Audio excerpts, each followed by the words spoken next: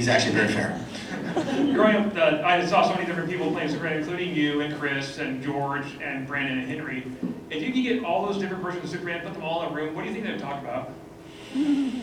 Sports. Women. Yeah, that's a good question. I know I want to talk about sports and women. And Brandon would talk about food. He's become a very, very pesky eater, young Brandon has. What do you mean? He's eating in a very specific way, and he's so all about his food. It's amazing. I was able to be in Iowa with him, and he took me out to dinner and explained to me where all the food was sourced and how it came out and this and that. It's like, man, you're exhausting me. You're exhausting me. I don't know what they talk about, because our portrayals are certainly different. And for all the guys that are alive now, I think we'd all want to hear what Christopher Reeve had to say. That's who I want to listen to. Appreciate it. I would have like a kryptonite watch. Like, have you seen any? Have you seen it? Like, trying to. Oh, you do that telepathically. You have to learn that. Hello, Dean. Hello. Thank you for all the work you've done for us to see. Thank you. And my question for you is, have you ever considered directing like your father did before? Father is still working. I just got back from China on Wednesday night, where he is setting up a company to shoot a number of films out there that he'll direct. 3 of which I wrote, which is good. He always employs me as a writer. He doesn't pay me very much. It's that father thing. Thank you, Dad. Happy Father's Day. Sure. So yeah, I think about directing, and I enjoy directing a lot. Is if you do a film, that's your job for the better part of a year. So he'll go and direct a movie, and I'll go and act in like 4 different television shows and make 5 movies, and get paid more than him. And he's like, that just sucks. But it's a great thing to be able to do, and it's one of the few professions where, if you have that sort of, if you're given the freedom to make it the movie the way you want to make it, you can really, as an artist, you're telling a story. So the director is that's why you find so many actors who want to work with the same directors, because they trust them to tell the story and tell it well. I enjoy that. It's just a time-consuming thing, and because I'm a single father, I've never been able to in the last 16 years to be away from him for that period of time, and I really wouldn't until, I got 2 more years until he divorces me and leaves and goes to college. If he goes to college, I don't even know if he's going to, but at 18, I'm not too, I'll be able to go out and do things like that, so maybe I'll start doing more of that. Thank you. But I enjoy it. Thank you. So can I put you on the spot? So not that necessarily. False. All right. Sorry. So not that you've had maybe a lot of time to see a bunch of movies or whatever, but any thoughts on the current sort of Superman and Man of Steel, Batman v Superman? I went and saw it. Yeah. What are your thoughts? Speaking of Zack Snyder, directors, all that sort of stuff. Yeah. But Zack Snyder created a very interesting world. Yeah. And that's it. No, I'm kidding. Thank you. Thank you, Jack. No, he has. That's it's a darker world than I'm used to having Superman in. And Superman's more of a character of light for me, with some humor and some romance and things like that, and hope. And he's a good guy. There's not a lot of that going on in this world. It's a good place for Batman to inhabit, for sure, and it's really well made. But as far as caring about the characters and such, I actually do, and I've said this before. I went and saw the film with my son, and I dozed off a couple times during the film. I admit it openly. There were a couple moments where I was watching it, they were explaining stuff, and I was like, so did I miss it? No, I guess I didn't miss anything. I understand everything that's going on. So there was moments where I felt it was slow. It's a very long film. Extremely well made, and the effects are incredible, and the actors are fantastic, and everybody did a great. I think Ben did a great job as Batman, and I certainly think Henry's a very good Superman. It's just a different thing. When he and Lois were in the bathtub early on, I wasn't even comfortable. I was like, this just seems weird. Yeah. It just didn't seem right. So I'm not sure it was more uncomfortable the bathtub scene or Lex feeding that guy that Jolly Rancher. I was equally weirded out by that. I can't comment on that one. That was odd. It was an odd thing. It was odd. Yeah, so it's an interesting world, but it's not my favorite that I've seen. What do you think of Gal Gadot as Wonder Woman? She's very attractive. She's very attractive. I like her a lot. Although I will say this, though, my favorite superhero movie of the year that I've seen, without a doubt, is Deadpool. Yeah. Ryan Reynolds took that role. It was like perfect. I've seen it literally like 11 times. I watch it every time I'm on a plane, which has been a lot lately. I just put it on. I'm tired of watching another Deadpool. That's wine, please. Thank you. Wine and Deadpool. What do you think about, you're a dad, I'm a dad, and a lot of kids here. Like, what do you think about, that's a certain type of superhero now. It's Absolutely. a whole new type that's been opened up. And you can talk about whether they're going to release the R-rated Batman v Superman on DVD. And do you think that they should continue down that path of creating like more adult type superhero sort of deals, or Listen, more? We are. It's a world of supply and demand. If people want that product, and then they're going to watch it. It's going to do well. If they don't want to watch something like that, it's fine. My son is 16. He can watch Deadpool, and I'm okay with that. Sometimes things get a little bit too politically correct. I'm not always that politically correct, and I don't think everybody is all the time at home, and I think that's okay. When you get out in the real world and somebody says something you don't like, you got to deal with that, and there's something to be said for that. So if they go down that road, great. If people want to watch it, great. You have Superman versus Batman. It's not my favorite incarnation of Superman, so I'm not as apt to go watch that myself. But that's the laws of supply and demand. Well, here in this new cut, they fight with their pants off. That's probably fair. You want to learn about? No, it's not. I might watch that. Go ahead. Hello. How you What doing? advice would you give to someone looking for a career in acting? Well, the advice my dad gave me was, don't do it. You saw how well I listened to him, though, right? It's a very difficult way to make a living, but it's also great. It depends on you as a person too. So one of the things you have to be clear on is that it's something you really want to do, because you can do a role and you can put your heart into it, and people will just destroy you. He's too short, he's too tall, he's too fat, he's too skinny. I didn't believe anything he did. So it's always open to interpretation. So you have to have a thick skin and just believe in yourself and do what you believe is right and do the best job you can. You're also going to hear no 1,000,000 times, and you just have to not take it personally. You're just going to hear no, and once you hear yes, all of a sudden you can be an overnight success. So my advice to someone who wants to be an actor is, especially with today's technology, is to act. So if you can make small films on your iPhone, you can do little things, all sorts of editing software. You can become a young filmmaker without having to leave your house, essentially. And so work with that, see if that's what you like, if you really enjoy it. But you have to keep at it, and you have to have a real thick skin, because you're always going to hear no. That's it. Great. Thank you. Yes, sir. Hey, Dean. Hi. So if Jeremiah Danvers and Clark Kent from Lois and Clark were to be together, what advice would Jeremiah Danvers give? To Clark? Yep. That's a good question. Wow. Well, Jeremiah Danvers already knows that Clark Kent is Superman.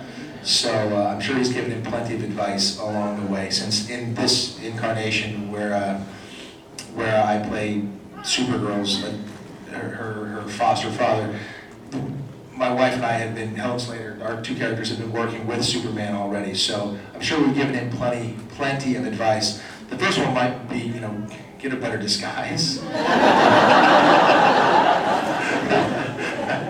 It worked for years. Fake mustache. Yeah, get a fake mustache or something. It worked for years for me, but we had a character who was very, very straightforward in our show. I think it was Tempest that did it. He's like, glasses? He's like, his actual word that he used was, say it, go for it.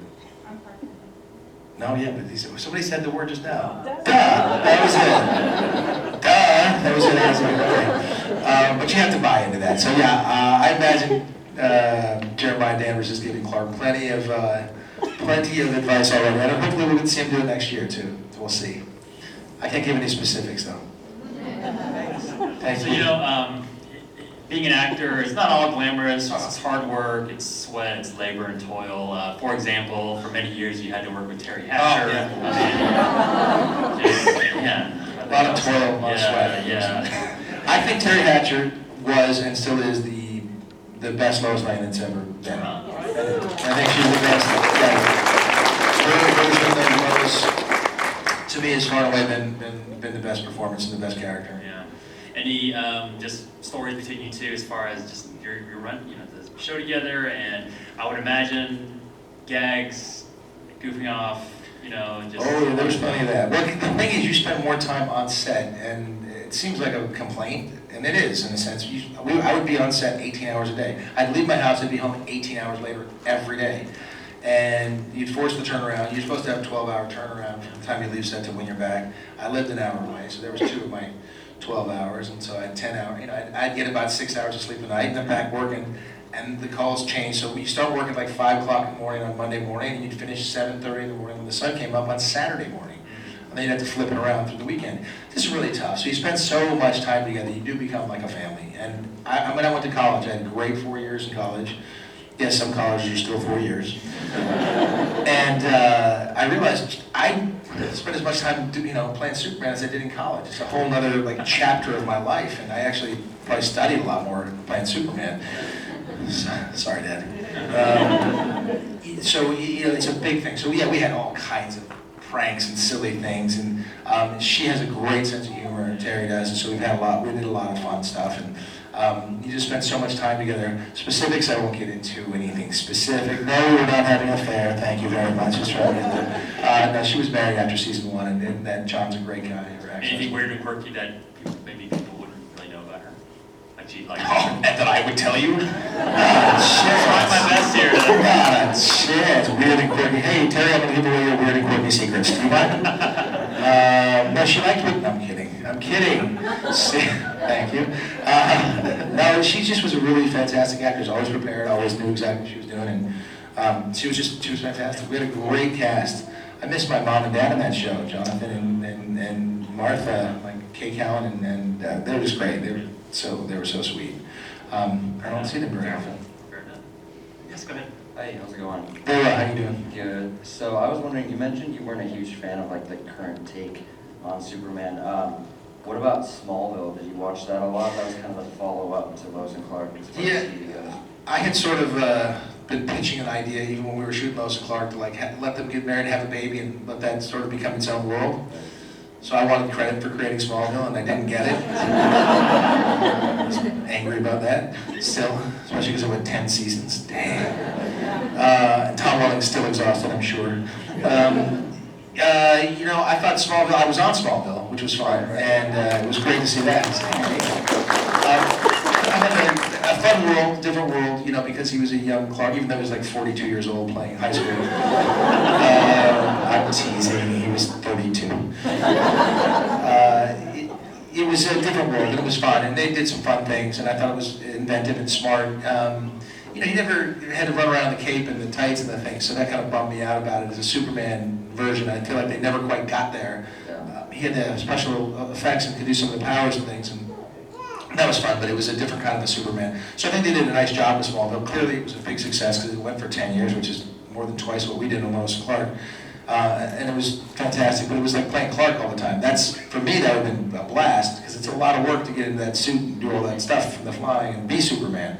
And I sort of took my Superman character from Christopher Reeve, the way he played Superman. My Clark Kent character was much more the way George Reeves played it, which was fun. Tom did a great job. The show was great. It was fun to be on it, but it was just that was a different world. It was a little more true to what was going on, I think, than the version of the darker version that we have now. Though he was still a character more of light then, so I like that. I completely agree with your assessment of that, by the way. Thank you, sir. Thank you. I appreciate it. You're one of the few that's donned the cape and the costume. Hard to get into than it looks, or was it? What was Just that? tights, just Lycra. Now they get those suits that are built with everything. Yeah. Man, I'm like, you're not in that kind of shape. Nobody's in that kind of shape. Who's that? I have tights. That's it. Just tights. You had to earn your muscles. I was like, this is it? This is it? They're like, yeah. I'm like, no, is it? Yeah, okay. Damn. Better get to the gym and make sure that's, yeah. So that was, they can cheat a lot now. I mean, even in Henry's in phenomenal shape. But even then, I was like, why does he get the little extra shoulder thing? That's not fair. It's just not fair. But you know, that's just par for the course. Yeah. I had Lycra, not hard to get into, just not that comfortable. Not very forgiving. Not forgiving. Forgiving. Nope, not at all.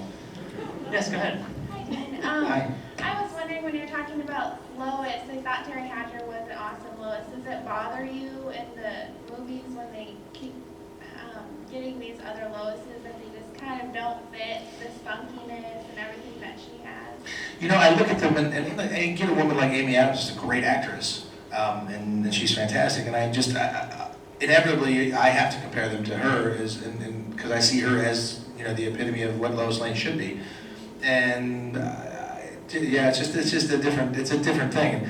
And I thought just Terry just had the best version of them all. So of course you quietly compare them, even though they're doing a different job. She just happened to be, the way Christopher Reeve happened to be my favorite Superman, she happens to be my favorite Lois. And I think, you know, everybody has their way. It's just, I would still put Terry in that role. Yeah, she's good. Thank you.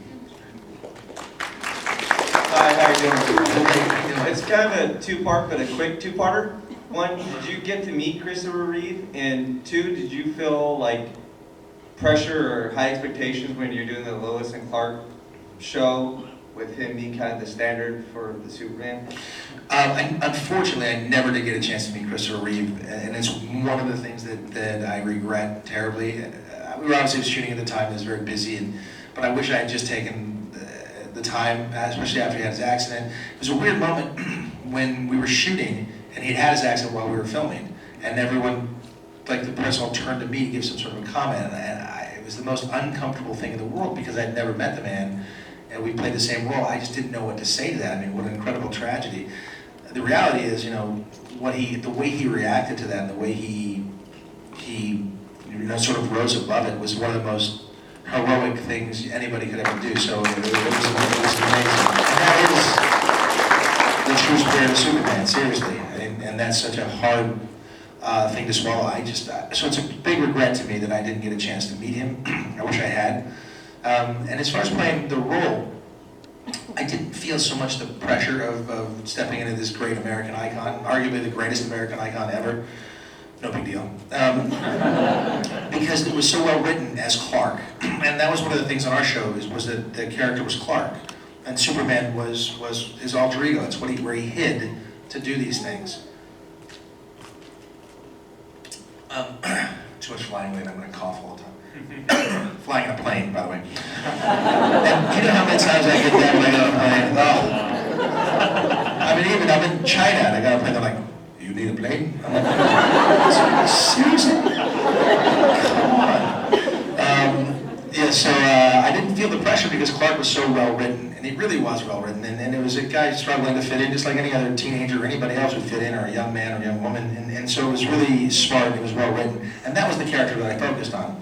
But then when you first put on the tights and the cape, then you're like, oh my God. I hope, and I really was terrified that people wouldn't like me as the character. I was like, man, I hope they accept me as the character and like it. And one thing that was really funny, and I have to always tell this story, is that because I'm a quarter Japanese, somebody wrote, it was the early time of the internet too, there were like 11 people on the internet then. Somebody was like, we wanted Superman, not Sushi Man. My brother found that and immediately sent it to me, laughing hysterically. He thought it was the funniest thing he'd ever seen. And actually, I thought it was really funny too. But that goes back to what I was talking about before to you, young man, which is that people are going to critique you. And there are people who hate my portrayal of Superman, and there are people who don't like any of the things I've done. That's part of the deal, you know, and you just got to say, okay, well, sorry you feel that way, and move on.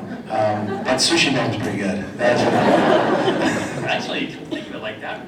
That might be a pretty cool little character for you. Oh, I'll plan Sushi Man somewhere. It's like my YouTube channel. I'm going to create a YouTube channel. Like, Sushi Man, and like 10 years from now, kids are going to be like, man, Sushi Man's so funny. Hey, did you know he used to play Superman? Sushi Man was not Superman, no way. That's what happens. Everyone would be happy to see Sushi Man. Divide parties, you know, like, that'd be great. Okay, real quick, so I'm going to throw you in a quick game of Would You Rather. Okay? So I played that game in real life a few yeah. times. So this will start off easy. Would you rather change the past or see the future, be able to see the future? I'll see the future, without a doubt. Okay, great. Okay, a little bit harder. Would you rather give up your pinky toe, like it's gone, Gone. or have no form of cheese for the rest of your life? Any type of cheese, just no cheese, anything cheese related, just none of it. Wow. I Pinky like toe, cheese. Yeah. No one sees your pinky toe? I like my pinky toe. I like the balance I have with that. I'd have to give up the cheese, my man. I'd have to give up the cheese. Okay. It was just cheese, though. If it was something bigger, I'd be like, yeah, take the pinky. Take it. Take it. All right, this is a little bit harder and a little weirder. Okay, so if, would you rather have, every time someone mentioned your name, said the word Dean, that, or the name Dean, I'm sorry, that you had a sharp pain at your side? Yeah. Okay, so that's one. Not loving that one, Right? right? Or anytime you were annoyed by someone, a bell went off that everyone could hear. So like they know that Oh, you're annoyed. damn, give me a bell. Oh, yeah? That doesn't hurt. I gotta be honest anyway. Did you guys just hear the bell go off? You asked the question?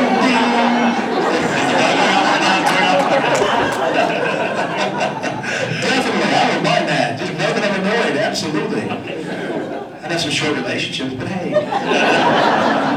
Apparently it was gonna go negative anyway. Yes, sir. Mr. Cain, I have a question. Yes, sir. You mentioned about the 18-hour days. Yes, sir. How do you keep up that pace and still look good and sound good? I'll tell you what, that was a trick. It helped me in 27 at the time. I certainly couldn't do it now.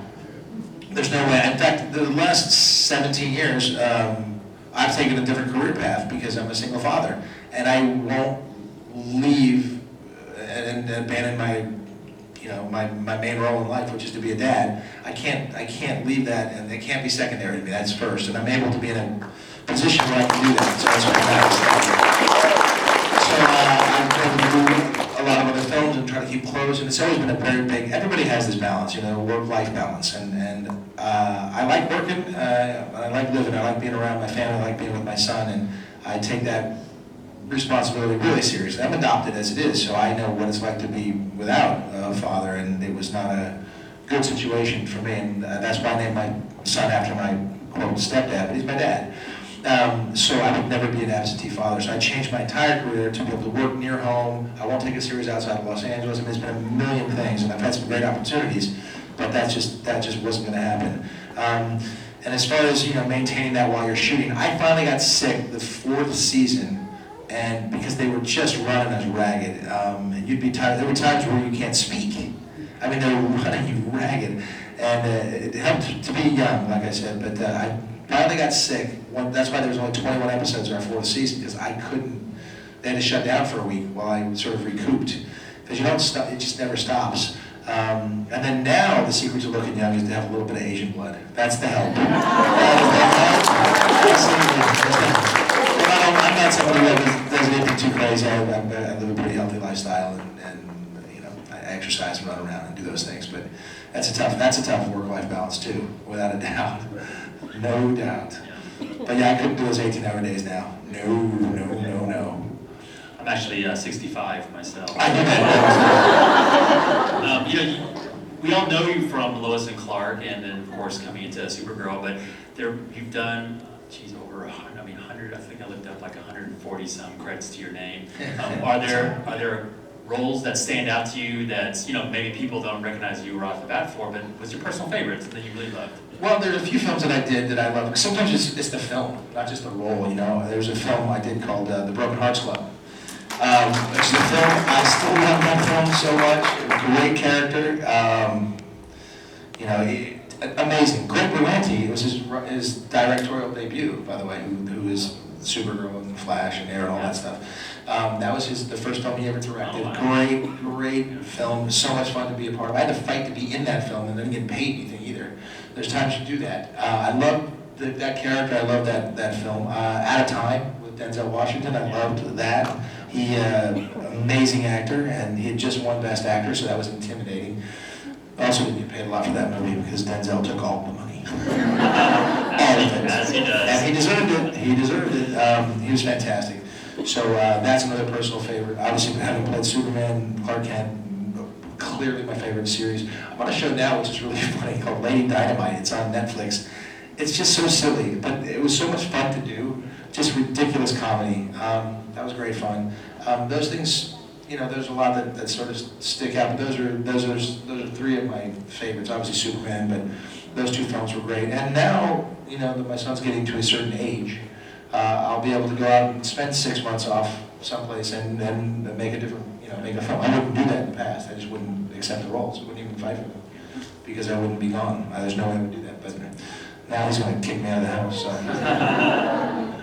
Yes, sir. Hey, just a couple things I wanted to say. Black blood doesn't hurt either in that regard. Yes, sir. That's it. I've always said if I ever got to talk to you, I would tell you you did the impossible back in the 90s. Chris Reeve was my Superman, totally. So when I heard about the TV show, I said, no way. There's no way that's going to happen. And in a few seconds on camera, you and Terry really did it. So I really want to thank you. Thank you, sir. I appreciate that. It was crazy from the very beginning. It was crazy, and I got to tell you the episode where you took her back to Smallville and she met your parents, the Cornhusker, all that. It's still one of the funniest episodes of any series I've ever seen. So I wanted to thank you for that. The question I have for you is, you talked about Kevin Sorbo missing out on that role. Is there a role or two that you almost got that you missed out on that you wish you had a chance to play? Absolutely. There's a couple I got real close on, the things you thought, man, I thought that was mine. One of them early on was, do you remember Nurse Betty? The role that Greg Kinnear played? I actually was told that was my role. I went through, they're like, you got it. Oh, they offered it to Greg Kinnear, who just won an Oscar for Best Supporting Actor. He's probably not going to take it. They just offered it to him, but if he doesn't take it, you start working on like Tuesday. And I was like, okay, great. Yeah, Greg took the role. What? That stuff happens left and right. That's one big one. But I never turned down like an Indiana Jones. Who turned it down? Do you guys remember the turn? Tom Selleck.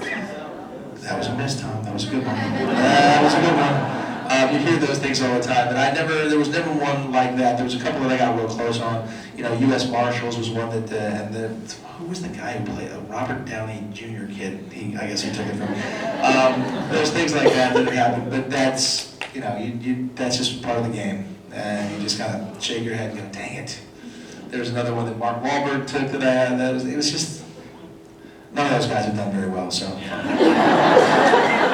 Is there a particular role or character that you'd like to kind of go after? Like a spy genre, superhero, sci-fi? Is there anything that you're kind of like interested in that you hadn't had a chance to play before? I was going to say all of those until you said you hadn't had a chance to play before, because I pretty much played some version of something. There's certain kinds of movies that I love. I love what Matt Damon's done with like Jason Bourne. That's a lot of fun. Those things are great. The James Bond movies are fantastic.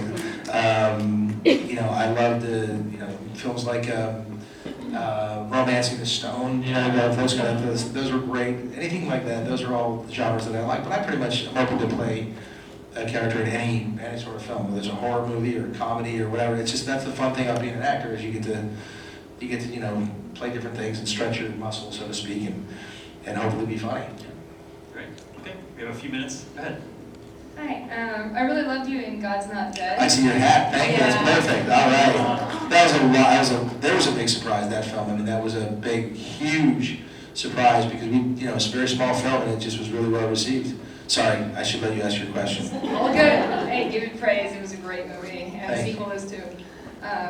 If you had the chance to direct a Christian film, where would you and where would you take it? I would absolutely do that, without a doubt.